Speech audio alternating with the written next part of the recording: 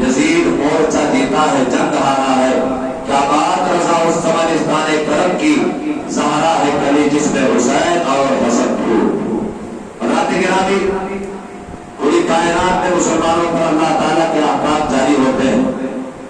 اللہ کے احکام جس طرح مسلمان مردوں پر ہے اسی طرح مسلمان عورتوں پر بھی ہے۔ جس قدر احکام خدا بندی کے تحت مرد داخل ہے اسی طرح عورتیں بھی داخل ہیں۔ یہی وجہ ہے کہ مسلمان نماز پڑھتے ہیں اور ان تمام احکام میں سب سے اہم حکم جو ہے وہ نماز ہی کا ہے، لہذا مرد بھی نماز پڑھتے ہیں، عورتیں بھی نماز پڑھتی ہیں، لیکن ایک مرد مہینے کے 30 دن نماز پڑھ سکتا ہے اور پڑھتا ہے۔